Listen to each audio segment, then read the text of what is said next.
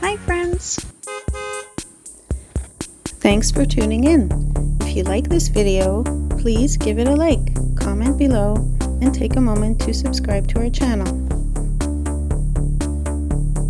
Welcome to Keremeos, British Columbia. This small town is located in the Similkameen Valley along Highway 3, about halfway between Osoyoos and Princeton. It sits beside the Similkameen River and is surrounded by mountains, orchards, and vineyards. The dry climate and rich soil make it a great place for farming, and the town is known as the fruit stand capital of Canada. The name Keremeos comes from a word in the Similkameen language that means creek, which cuts its way through the flats.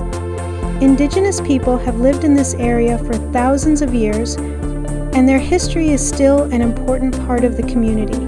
European settlers arrived in the late 1800s, and the town slowly grew around farming and ranching.